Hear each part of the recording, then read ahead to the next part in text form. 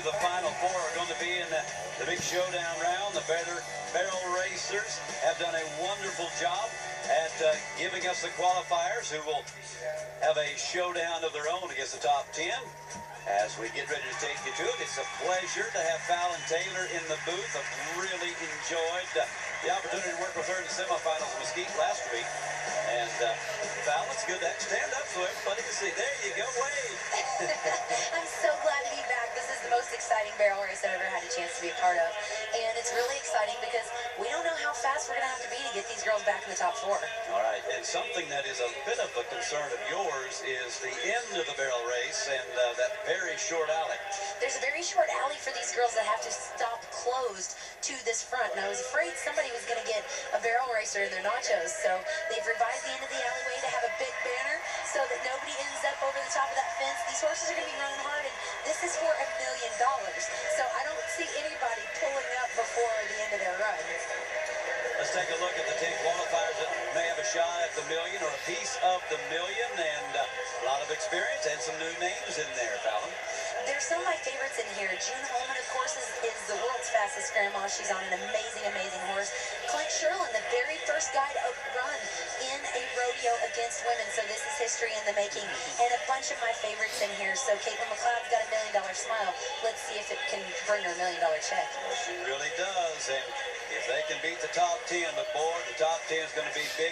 We might also mention that unlike the other events with over 5 qualifiers, the barrel racers bringing 10, so we're getting ready to see 20 barrel racers with only the top 4 moving on. We're going to start things off with Kay Blanford of Sutherland Springs, Texas. She is riding KN Red by Design. They call her Tubby. This horse is going to go in here and be really hard running. She's the first one on this ground. She's running in. Doesn't find that first barrel. It's not going to be enough to get her back in this top 4. Kay Blanford is such a dynamic jockey. She knows she's got to try to make it up. And unless some big things happen, she will not see us back for the top 4. Yeah, that is the scenic route around that first barrel. And she navigates the end of that run very well.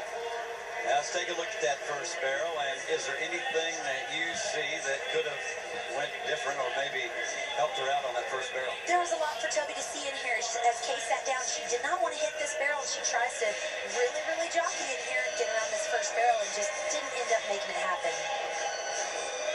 So Sabrina Ketchum is around her second barrel. Her first barrel, by the way, was beautiful. We'll show that to you. She's not riding her main horse. She's making an awesome run on Uno. She's classing all the way to the end. And it looks like she's going to be our new leader. Wow, that was 3 great barrels and a 14.691. And Fallon, help me out here because Kay Blanford's time was a 14.574. She must have made up a lot of time somewhere that we just didn't see. So the timer is really, really close to these first barrels. Unless there was an error, it looks like this mare really made up some time from the third barrel out. Okay, so we'll move on down the list and go to Kenneth Squires of Fredonia, Texas on Flaming Pasture. This mare has won over $75,000 in the co-rodeos and barely gets the first barrel. Kenna knew that it was going to be tight riding this horse in here. She's not riding her main horse, but what an established trainer and really somebody that's done an amazing job. Well, it's just something to get here. It's amazing to get here. And not to have your good horse is just devastating, and she just barely nicked that barrel. You'd rather run him over than to hit him like that, really. And I want to commend you on a great year. First of all, you're AQHA WPRA Horse of the Year, Baby Flow. And then you were 11th after the NFR, so you just missed it to get here in the top 10. And then you were 11th at the Buckeye Qualifier and just missed the top 10. I'm still excited to watch this thing. Good for you. After all of that.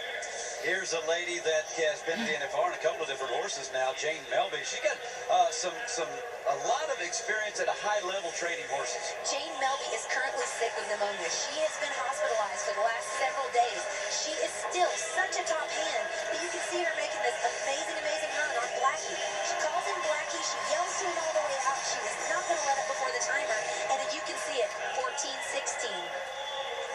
Now, that's the kind of time that I thought we would see. 14:16, she takes a huge huge lead, almost a half a second now over Kay Blanford. She looks so relieved. Her daughter Kayla has been warming this horse up in the back because she's been so ill. So she's been back there really helping, and I think she's got just enough energy to just step off of Blackie and smile. All right, well, she is in the top 10, so she's not eligible for the million, but she can still win one of the richest prizes in all of rodeo, even if it's just... See him speed up when she yells out from the third barrel? He catches about 3 gears. As we look now at Shelly Anzick, she won Fort Worth, and here's one of our qualifiers. Shelly Anzick has been on fire. This horse has not made really super tight turns. It doesn't matter. He's been clocking like crazy. He is so electric. I see a leaderboard change in our future. He doesn't make it out of the alleyway.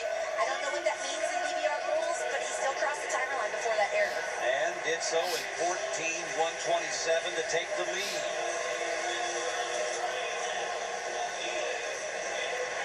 This is such an exciting way to view barrel racing, and we get to see this overhead camera view of Shelly Anzick turning this first barrel. You can see that her angle was safe, perfect, and fast. That horse never had to slow down to make his move. As he approached the second barrel, she was just in the right position. She said, you know what, guys? I know I've got enough horse to be really smooth and consistent. I'm not going to try to rock anything. I'm just going to make a really good run.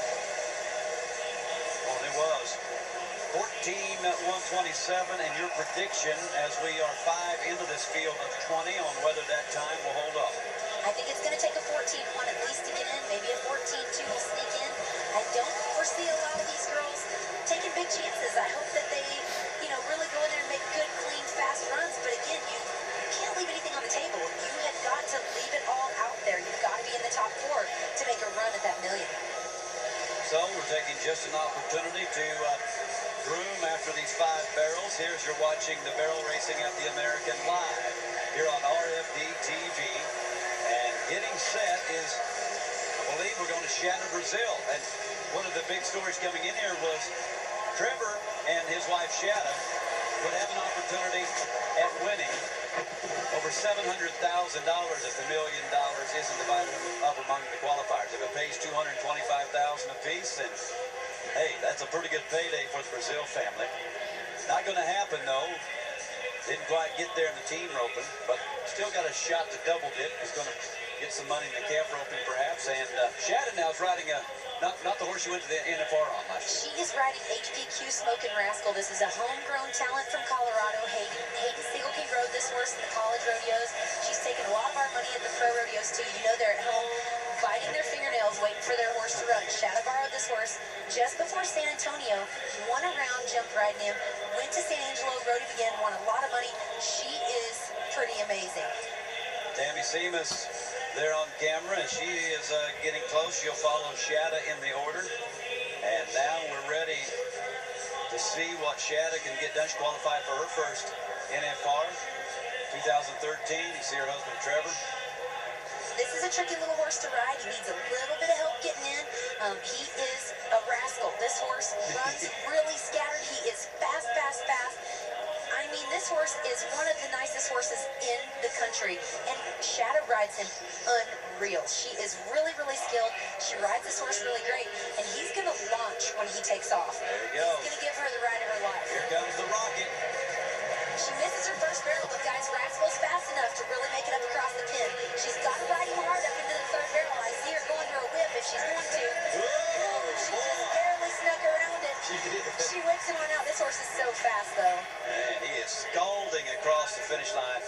I don't think it's enough. 14:516. No doubt that first barrel cost her.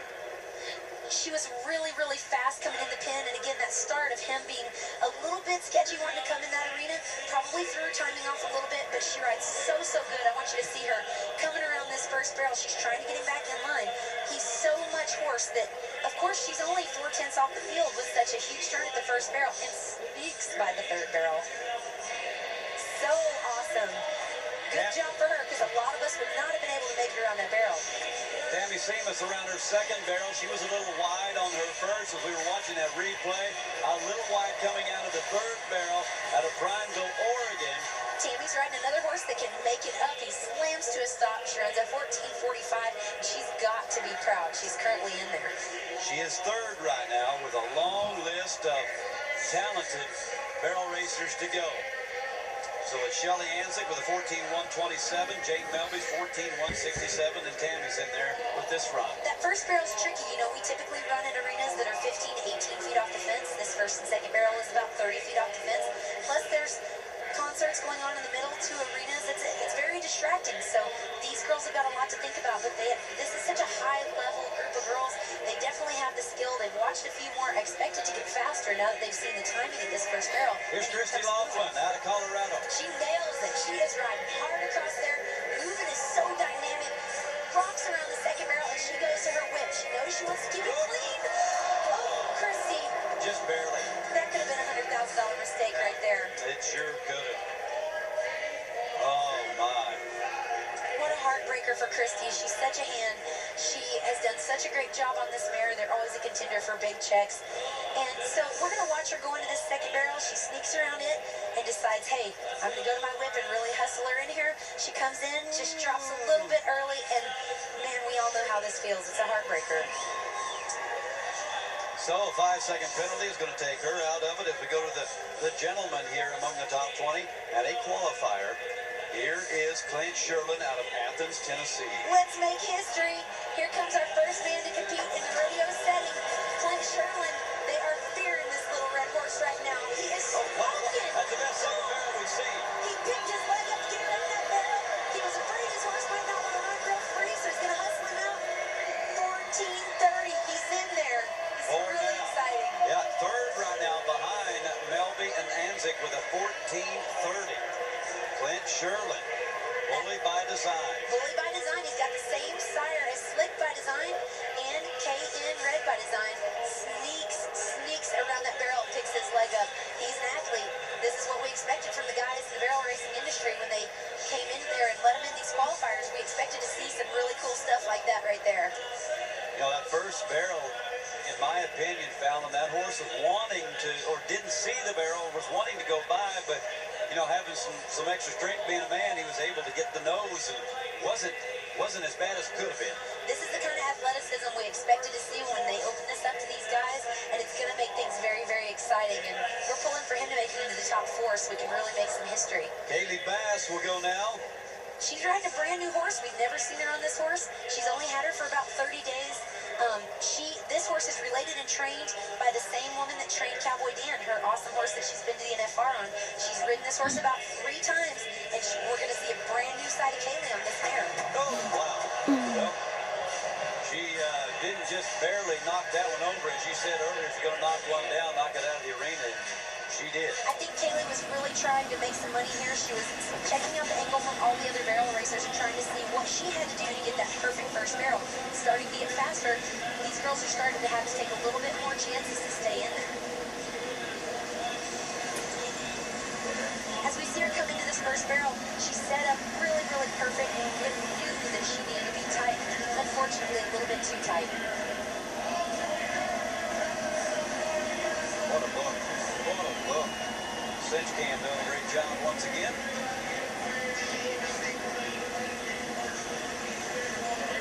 Let's go now to the Arena 4 with Amy Wilson with our leader, Shelly Anzik. Shelly, you're leading it so far. Made an absolutely gorgeous run. Good job. Thanks. The most nerve-wracking part of this is waiting now.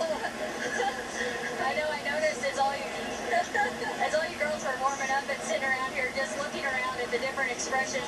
This is a lot to take in, isn't it? Yeah, it's a lot for the horses. It's kind of noisy and a lot going on. So, anyway, it's fun.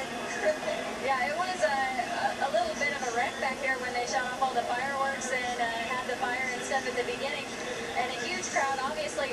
Does your horse like this kind of setup? Does he like the size of the pen and everything involved here? Well, he's kind of new to this, so this is probably the biggest one he's been to. And yeah, he seemed to be fine. He kind of ducked off, and I was not expecting that, but other than that, it was good. I wasn't sure if your game plan was to circle around or if you just missed the alley, but it all worked out good in your favor. Do you think he's going to get stronger in his second run? Well, I hope to get to run again. There's a bunch of good ones left, but yeah, he'll do better the second time. And we just watched Clint run. It's pretty cool that a guy was able to qualify, wasn't it? It was, absolutely. I don't know him, but yeah, it's exciting. It's got a fan base, too. Yeah, to have him here with the rest of you that qualified for the American, very awesome. Thank you. Good job. Thank you. So halfway through right now, halfway through, Tammy Seamus is fourth with 14.458. If you take a look at that first barrel once again, Val. She found the magic potion. She knew right where she wanted to be. She placed her horse in the right spot, and she hustled just the right amount to be fast yet effective. So this is the way that the competitors need to be, and we're going to come back with some more to see if they can really nail that first barrel. Seems to be the trick barrel here today. It's the biggest stage these two have ever been on, but this horse has carried her straight through the high school and college ranks. She's wanted to Shot of fire They know each other like the back of their hand, and if you guys could see this horse in the back, he's just cool, calm, collected, like he's at his local jackpot. She looks like she's just ready to go. He's sitting back there. He doesn't seem to be distracted by anything. Yeah. And these two don't make mistakes, so I really don't see them doing anything but going in there and making a really solid run. I think you're going to have to wait to see if it's going to be fast enough. Yeah, it's just another business day for Maverick here around the first barrel. It's solid, it's good. Moves over good. This is exactly the normal run. She's hustling up into this turn. He's known for being somewhat inconsistent. Gretchen is doing a heck of a job riding all the way out. He's known for not hitting those barrels right there, dude. 14.246. 14.246. I thought I noticed a little bit of a move about the finish line, though. Did you see that? Coming out a lot like Shelly Anzik's horse. He didn't want to run straight out. As you can see, turning this first barrel, she almost found the perfect angle coming around it. And again, could have made a little bit of time on the way out. Really solid and consistent run as she approaches her third barrel. Picks up and just rides soft and quiet. And these two are just like watching a ballet. Pretty good dance partners. Pretty good. Yep. We'll see if they get to two-step for $1 million. I like that. We will see. Yes, she is a qualifier, as is Clint Sherman, as those two are in the top four. As we go to Michelle McLeod, and what a story here, the mother of the mother-daughter team. She's riding Slick by Design. Here comes Mama McLeod. She is such an awesome lady. She's riding the stallion by Designer Bred. He smokes the first barrel. She's riding perfect. She had an injury, so she's having a hard time seeing on the left side. She inhales the third barrel. She's going to drive him all the way out. He's not going to slow down before the finish line. Oh, I am so surprised at the time. 14.422. She's not in the top four. He stumbled leaving that first barrel just a little bit. Looks like it caused him a little bit of rupture in momentum. He went to leave that first barrel, and as he went to push off, you can see right here, she rides it perfect. He goes to push off and just stutter steps as he goes to push across the pin. Makes it hard when there's not a lot of time to be made up in this shorter run. Wow, that surprised me. I thought we had a new leader coming right there. As she comes out, he doesn't slow down at all. You can see his ears perked up looking at that sign, but he didn't slow down at all coming out of that third barrel. That's going to be a concern for a lot of these women. So here she is, 70-year-old June Holman. Can she win the million? Come on, June. She's riding tall, boy. This is a horse that she trained herself. He's not looking around. He's focused. He's concentrating. And the crowd's going crazy in here already. Oh, man, oh, man. Push him out. Push him out. Run, Granny, They're run. on their feet. Oh, yes, 14.285. Yes. She's fourth for now. It's going to take a long... It's going to be a nail biter. It's going to be a nail biter for her. She's cool, calm, and collected. She said, hey, ladies, that's how it's done. Come catch me. Another standing ovation for the folks here watching it live. Trained her own horse. Like that way better. Loving the show here at the American. She's incredible. She approaches that first barrel. You know, she missed it just a little bit. Could have been a lot faster, but it was no fault of her own. This is a tricky setup. She went in here. He's so solid. You don't see any off-kilter balance right here. June is sitting right in the middle. She's calm. She's quiet. She's not in her horse's face, and she's allowing him to put her in $1 million position. Okay, what a story that would be for June Holman. Went to her only NFR at 65 years of age. And look at that horse. That is a great partnership, and a lady who knows her animals. Got that scabber for the back. She's old I school. think she's all of our And we go heroes. from that to the other end to the college champion and Taylor Jacob, who was the talk of the town in Vegas during the NFR. Boys, if Taylor Jacob leaves the barrels up, she is going to change the leaderboard. She is the arena record holder at the National Finals Rodeo, and she ain't scared. Oh, hey, she's not as fast as June, though. She's not going to make it. 14.339, and I'm not able to read these times today, Fallon. The timer line is pushed closer to the barrels than normal, and we have that really short stop, so these horses aren't able to run in and out to be able to really make that turn. You can see Taylor was a little conservative at the second, knowing that she's got a horse that can roll back over top top of those barrels and give her a +5. She wanted to be safe, thinking that she had speed enough to get back, and it just got too tough. We love Taylor, we love this horse, and we knew she could be on fire. And unfortunately, she's not going to have a run at that 100,000. I keep thinking that maybe they're shutting down before the timer line, before the finish line, and that's what's costing time, but I'm not seeing that happen. They're really not. These girls are pushing them into their turn plenty. Here comes Robin Herring. She's on Firewater on the Rocks. This is one of 2 stallions running here today, and she nailed the first barrel. We're going to see if he really wants to drive across that pin. It looks like he's really focused. Looks like he's not looking around at the crowd. Looks like he's in here smoking a run. Let's see if he sets up. She's going to hustle him all the way out of the pin. She's in there in the number 2 spot, 14,145. Robin Herring. They call him happy, so you know she's happy right now. That definitely should be enough to get her in, but there's still 6 girls left to go that can rattle everything, can totally change the leaderboard. Great run. She's in the top 4. Unfortunately, with that run, June Holman moves out. We hate that we don't get to see June Holman come back. There's some new names and some qualifiers up in the top 4. So this is very exciting. We've got more people, I think, running for the million right now in the top 4 than any other event. So this is going to be an exciting runoff. Well, Shelly Anzik, Robin Herring, and Gretchen Benben. 3 of the 4 right now are eligible to win the million. And Snapper. Or a piece of it, depending on what the other event winners do. There you go. As we are showing you now the top 4 here at the American on RFD TV, presented by Polaris Ranger. And so June Holman has been moved out, but she's been one of the most fun stories that we've had in this road to the American. Here's a run again. She's an inspiration to everyone at home. If you think that it's too late to start your dream, June shows you that it's not. She shows that you can be a strong, inspirational cowgirl. She came in here on her own horse in a simple truck and trailer. She came in here and showed him that she knew that she could hang with the top 10 in the world. You know, the thing about June, if she would have won the million, nothing would have changed. She probably wouldn't have bought a new trailer. She'd still be bailing wiring that door shut and driving that ambulance around. She's my favorite cowgirl. I love her. Everybody in this stadium was on their feet. They love seeing it. I love seeing it, and I hope that she continues to keep going because she is such an inspiration to everybody. Oh, man, here we go.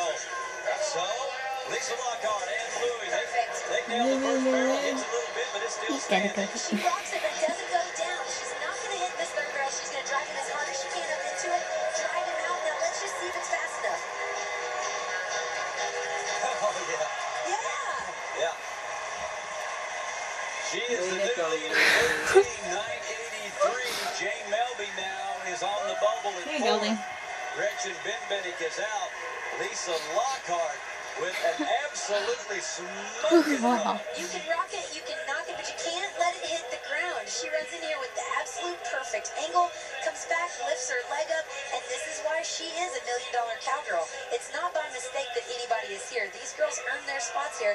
They're showing you how incredibly skilled they are riding these horses through this course. There's so many distractions. A lot of things could happen here. To be quick enough on your feet to pick up your leg and get around that first barrel says a lot about the talent of this cowgirl. Well, one of the other great stories, this mother-daughter team. You watched Mom Michelle a moment ago, and here is Caitlin McLeod. Here's our girl with a $1 million smile. She's riding Kelly's chick. This horse went by the first barrel, went by the second barrel. She's overriding just a little bit, but this girl's got enough horse underneath her. Makes it up on the third barrel. Let's see her drive her all the way out and see if she can break that bubble. No, she's too long. I didn't like the third barrel as much as you did. I thought there was some hesitation on the finish of that barrel. When she snapped around on the backside of that third barrel, that mare stutter stepped trying to find the outgate. We saw that same struggle with Shelly Anzik's horse, trying to find where do I go out because there's not a traditional alleyway. So as you see her come in here, she drops down and knows she has to be really close. As she comes back, she stumbles a little bit, over finishes, and then says, oh, where's the gate? So Caitlin has to really help her right here on the backside. And then as she drives her out, she knows, I've lost time on the first, I've lost time on the second, I'm just going to do my best. Okay, so Jane Melby is fourth with a 14,167. Oh, what a dynamite kid. What a joy to be around her. And here's another fantastic lady. This is Mary Walker on Latte, and what a great year she's had this year after winning the World Championship a year ago. She's #1 in the world.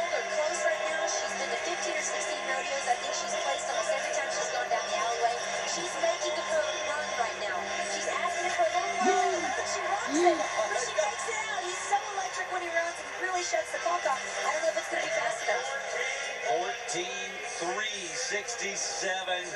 Mary Walker, it's not going to be good enough.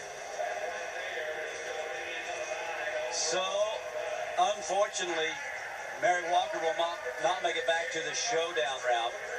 We're going to show you a couple of runs here together as we take a look at Lisa Lockhart.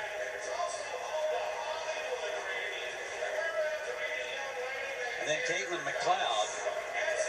Here's Lisa's second barrel. She is so precise. I mean, she just shows you how it's done. She really put on a clinic. As we see, we go to Caitlin McLeod's second barrel. She cuts off the pocket a little bit and accidentally runs her horse by it, trying to make up time so that she doesn't get a +5 right there, and it ends up costing her a chance at that million.